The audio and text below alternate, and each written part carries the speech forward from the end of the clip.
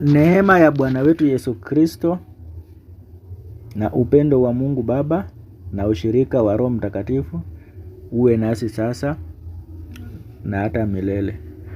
Sasa katika ibada ya leo ningependa kuongelelea dhabihu, sacrifices.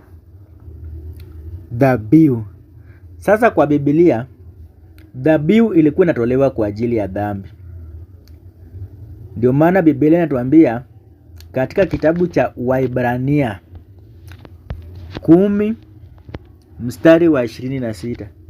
Maana kama tukifanya dhambi kusudi baada ya kupokea ujuzi wa ile kweli, haibaki tena dhabihu kwa ajili ya dhambi. Kwa hivyo dhabihu ilikuwa inafanyika kwa ajili ya dhambi. Dhabihu ilikuwa specifically, sacrifices ilikuwa kwa ajili ya dhambi. Ndio maana Biblia inasema kitabu cha Waebrania, tukifanya dhambi kusudi baada ya kupokea ujuzi wa kweli. Sasa tumeshajua ukweli. Tumeshafundishwa neno la Mungu la kweli ambaye ni Kristo. Tukajua mapenzi yake ya kweli. Tukajua kutembea katika amri zake. Sasa tukianza kufanya dhambi kwa makusudi baada ya kujua ukweli wa Biblia ambaye ni Injili kuhusu Yesu Kristo, Biblia inasema haibaki tena dhabihu kwa ajili ya dhambi, bali kuna kutazamia hukumu yenye kutisha na ukali wa moto ulio tayari kuwala wao wapingao. Kwa hivyo tumesema ya kwamba dhabihu ilikuwa inaondolewa kwa ajili ya dhambi. Dhabihu ilikuwa inatolewa kwa ajili ya dhambi. Na wale ambao walikuwa wanatoa dhabihu, dhabihu haikuwa inatolewa na kila mtu. Makuhani ndio walikuwa wanatoanga dhabihu kwa Biblia. Makuhani ndio walikuwa wanatoa dhabihu kwa ajili ya dhambi. Kwanza walikuwa wanatoa dhabihu kwa ajili ya dhambi zao wenyewe na kwa ajili ya dhambi za wale washirika. Kitabu cha Waebrania 10 mstari wa 11 Biblia inasema, Waebrania 10 mstari wa 11. Hebrews Biblia inasema, na kila kuhani usimama kila siku akifanya ibada. Na kila kuhani usimama kila siku akifanya ibada na kutoa dhabihu zile zile mara nyingi ambazo haziwezi kabisa kuondoa dhambi. Kwa hivyo kuhani alikuwa anasimamanga kila siku akifanya ibada na kutoa dhabihu kwa ajili ya dhambi. Na hizo dhabihu zilikuwa zinatolewa mara nyingi. Hizo mafahali hizo na damu za wanyama zilikuwa zinatolewa mara mingi kwa ajili ya dhambi. Zilikuwa zinatolewa mara mingi. Lakini Biblia inasema ya kwamba hizo dhabihu hazikuweza kabisa kuondoa dhambi. Kwa hivyo zilikuwa zinatolewa mara mingi na hazikuwa zinatoa dhambi. Kwa hivyo dhambi za watu hazikuwa zinaondolewa. Zilikuwa tu zinafunikwa. Zile dhabihu za wanyama zilikuwa nafanya kazi ya kufunika dhambi za watu. Hazikuwa zinaondoa dhambi za watu. Hazikuwa zinaondoa dhambi za watu. Na nimekuambia zile dhabihu ambazo zilikuwa zinatolewa zilikuwa ni wanyama. Kitabu cha Waebrania 10 verse number 4. Biblia inasema, maana haiwezekani damu ya mafahali na mbuzi kuondoa dhambi. Haiwezekani damu ya mafahali na mbuzi kuondoa dhambi. For it is not possible that the blood of bulls and of goat should take away sins. Kwa hivyo elewa ya kwamba Agano la Kale, wakati hawa wanyama walikuwa wanaondolewa kuwa dhabihu kwa ajili ya dhambi za watu, dhambi za watu hazikuwa zinaondolewa. Hizi zilikuwa zinafundika dhambi za watu, hazikuwa zinaondoa dhambi. Biblia imesema haiwezekani damu ya mafahali na mbuzi kuondoa dhambi. Kwa hivyo zilikuwa zinatolewa mara mingi kila ibada zinaondolewa hizo madhabihu kwa ajili ya dhambi za watu, lakini hazikuwa zinaondoa dhambi. Ndio maana Mungu alikuwa anakumbukanga dhambi za watu. Kwa Biblia nasikia Mungu anaambia watu msikue kama mababa zenu, msikue kama wale. Mungu alikuwa anakumbuka makosa zao. Tena alikuwa na point makosa zao. Anasema baba zenu waliniasi, baba zenu walinifanyia hivi. Mungu alikuwa anakumbuka. Na nimekuambia hizo dhabihu ambazo alikuwa anatoa zilikuwa ni wanyama. Zilikuwa ni mafahali na mbuzi. Na ule mtu ambaye alikuwa anatoa hizo fahali alikuwa ni kuhani mkuu. Na sisi pia katika Agano Jipya Kadhalika pia kuna dhabihu ambayo imetolewa kwa ajili ya dhambi zangu na zako. Kuna dhabihu ambayo iliondolewa na Mungu ili ikachukue dhambi zetu. Na hiyo dhabihu ni nani? Kitabu cha Efeso 5 verse number 2. Mkaenende katika upendo kama Kristo naye alivyowapenda nyinyi, tena akajitoa kwa ajili yetu sadaka na dhabihu kwa Mungu kuwa harufu ya manukato. Kwa hivyo Biblia inasema Kristo alijitoa kwa ajili yetu sadaka na dhabihu kwa Mungu. Kwa hivyo dhabihu ya dhambi saa hizi ni Kristo Yesu. Yeye ndio dhabihu za dhambi. Na nimewambia kwamba dhabihu ilikuwa inaondolewa na kuhani. Dhabihu zilikuwa zinatolewa kuhani. Hiyo tumesoma kitabu cha Waebrania 5:5. Biblia inasema maana kila kuhani mkuu aliyetwaliwa katika wanadamu amewekwa kwa ajili ya wanadamu katika mambo ya muhusuo Mungu, ili atoe matoleo na dhabihu kwa ajili ya dhambi. Kwa hivyo kuhani mkuu alikuwa anatoa matoleo na dhabihu kwa ajili ya dhambi.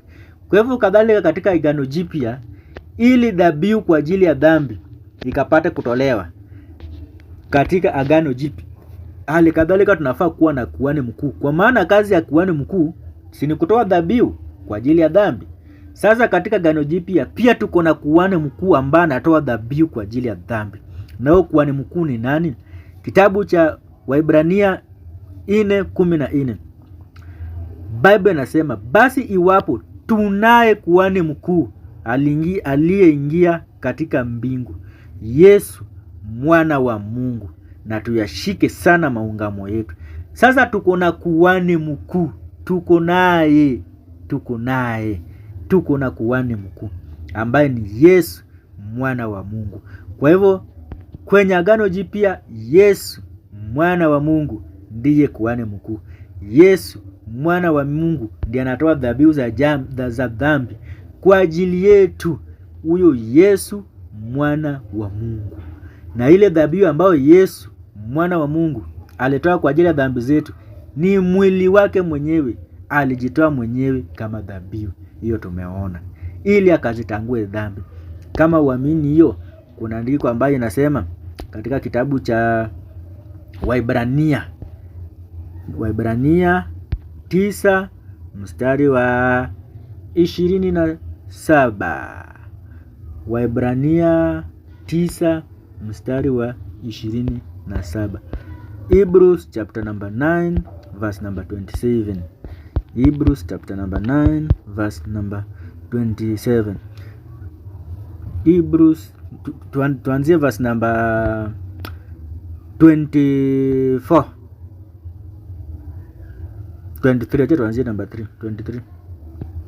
Basi ilikuwa sharti nakala za mambo yaliyoko mbinguni zisafishwe kwa hizo, lakini mambo ya mbinguni yenyewe yasafishwe kwa dhabihu zilizo bora kuliko hizo. Kwa hivyo Yesu Kristo ndio dhabihu iliyo bora, kwa sababu Kristo hakuingia katika patakatifu palipofanyika kwa mikono, ndio mfano wa patakatifu alifu, bali aliingia mbinguni hasa aonekane usoni pa Mungu kwa ajili yetu.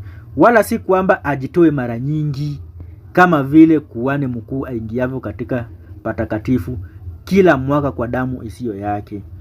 Kwa hiyo ingalipasa kuteswa mara nyingi tangu kuwekwa msingi wa ulimwengu. Lakini sasa mara moja tu katika utimilifu wa nyakati amefunuliwa azitangue dhambi kwa dhabihu ya nafsi yake. Kwa hivyo Yesu Kristo alifunuliwa azitangue dhambi kwa dhabihu ya nafsi yake. Kwa hivyo Yesu Kristo ndiye dhabihu ya dhambi, na alifunuliwa ili akaondoe dhambi kwa dhabihu za nafsi yake. Kwa hivyo Yesu Kristo ndiye kuhani mkuu ambaye anatoa dhabihu kwa ajili ya dhambi zetu. Na ile dhabihu ambayo Yesu Kristo alitoa kwa ajili ya dhambi zetu ni mwili wake mwenyewe. Alijitoa dhabihu yeye mwenyewe. Alijitoa dhabihu mwenyewe. Na yeye alijitoa dhabihu mara moja tu kwa ajili ya dhambi zetu wenyewe. Lakini makuhani wakuu wanatoa madhabihu kila mwaka kwa damu isiyo yao. Wanatoa dhabihu kila mwaka. Yaani wanatoa mara nyingi. Kila ibada wanatoa dhabihu.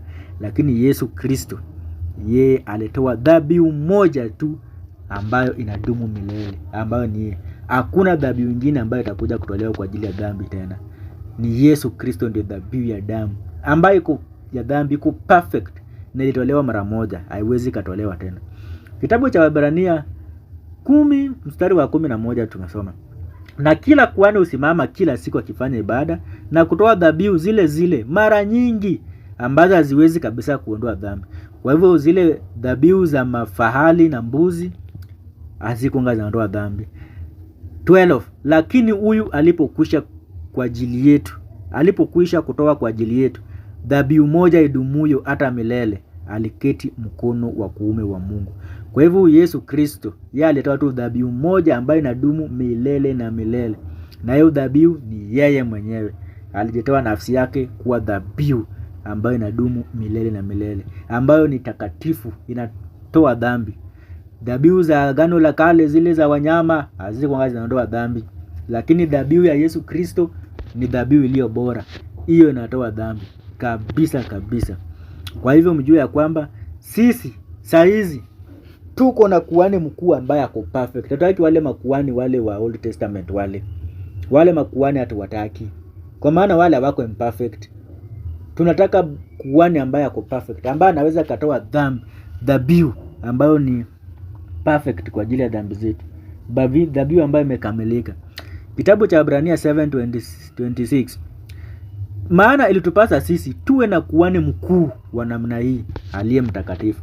Kwa hivyo sisi tuko na kuhani aliye mtakatifu, na wewe kuhani aliye mtakatifu tumuone nani? Ni Yesu, asiyekuwa na uovu. Yesu hana uovu. Wale makuhani wa Agano la Kale wako na maovu, hawakuwa watakatifu. Asiyekuwa na wa lolote. Yesu hana hata doa lolote la dhambi, hana hata harufu ya dhambi, hata doa yana. Wale makuhani ambao ni wanadamu wamejaa dhambi tu kama sisi tu, aliyetengwa na wakosaji. Wale hata ni wanyang'anyi, ni wakora. Wale makuhani wa kale, hata wengine hata wakaua Yesu, wale walikuwa wauaji. Aliyekuwa juu kuliko mbingu. Yesu ni kuhani ambaye ako juu kuliko mbingu, si hao ambao wako chini pamoja na sisi. Sasa huyo ndio kuhani ambayo inafaa tukue nayo. 27, ambaye ana haja kila siku, mfano wa wale makuhani wakuu wengine, kutoa dhabihu kwa ajili ya dhambi zake mwenyewe kisha kwa ajili ya dhambi zao. Huyu Yesu Kristo yeye ana haja ya kutoa dhabihu kwa ajili ya dhambi zake, maana yeye si mwenye dhambi, yeye ni mtakatifu. So yeye ana haja ya kutoa dhabihu kwa ajili ya dhambi zake alafu tena atoe kwa ajili ya dhambi zetu? Hapana. Yeye alitoa dhabihu kwa ajili ya dhambi yetu, sio kwa ajili ya dhambi zake. Yeye hakuwa na dhambi. Na venye alitoa kwa ajili ya dhambi zetu, alitoa mara moja tu. Yeye atoi kila siku, kila mwaka kama wale makuhani wengine. Yeye alitoa tu mara moja tu. Alitoa tu dhabihu mara moja. Hiyo ni kitabu cha Waebrania. Kwa hivyo kuanzia leo mjue ya kwamba hakuna dhabihu nyingine ambayo inaweza katolewa kwa ajili ya dhambi isipokuwa dhabihu ya Yesu Kristo. Alishatolewa. Sasa ukisikia pastor anakuambia leta dhabihu, kuja na dhabihu yako, tuvunje madhabahu, beba dhabihu zako, hiyo ni conmanship, hiyo ni ukora, hiyo pesa zako zinaliwa. Biblia inasema Waebrania 10 mstari wa 18, basi ondoleo la hayo likiwapo, hapana. Waebrania 10, hapana toleo tena kwa ajili ya dhambi. Waebrania 10 mstari wa 18, basi ondoleo la hayo likiwapo, hapana tena toleo kwa ajili ya dhambi. Kizungu inasema now where remission of this is, there is no more offering for sin. Kwa hivyo ukiambiwa upeleke offering za dhambi, dhabihu za dhambi, sacrifices za dhambi, wewe unakuwa conman, unakoniwa tu, you are being conned, unakuliwa. 1 Peter 1:18 Biblia inasema, nanyi mfahamu kwamba mulikombolewa si kwa vitu viharibikavyo, kwa fedha au dhahabu, mpate kuondoka katika mwenendo wenu usiofaa mliopokea kwa dhambi za baba zenu. Kwa hivyo ukombozi inakuja kwa dhabihu ambayo ni Yesu Kristo, damu ya Yesu Kristo. Fedha haziwezi zikavunja madhabahu, dhahabu haziwezi. Vitu ambazo zinaharibika, hizi ambao unaambiwa leta pesa tuvunje madhabahu, wewe ni kukuliwa na kuliwa, ni kunyang'anywa na nyang'anywa. Hizo ni vitu zinaribika. Hizo pesa nini, hizo vitu za kimwili zinaribika, na hizo haziwezi zikaondoa kuvunja madhabahu. Namba 19 nasema, bali kwa damu ya thamana kama ya mwana kondoo, asiye na hila, asiye na waa, yaani Kristo, kama ya Kristo. Kwa hivyo madhabahu inavunjwa kwa damu ya Yesu Kristo. Yesu Kristo ndiye anavunja madhabahu. Yeye ndiye dhabihu ambayo imetolewa, imekamilika, ambayo inaweza ikavunja madhabahu. Hakuna dhabihu nyingine. Dhabihu nyingine kwa ajili ya dhambi hakuna. Hakuna kabisa. Kwa hivyo wakati ambapo unaambiwa leta tukavunje madhabahu, ujue hiyo ni conmanship. Ningependa nimalizie hapo.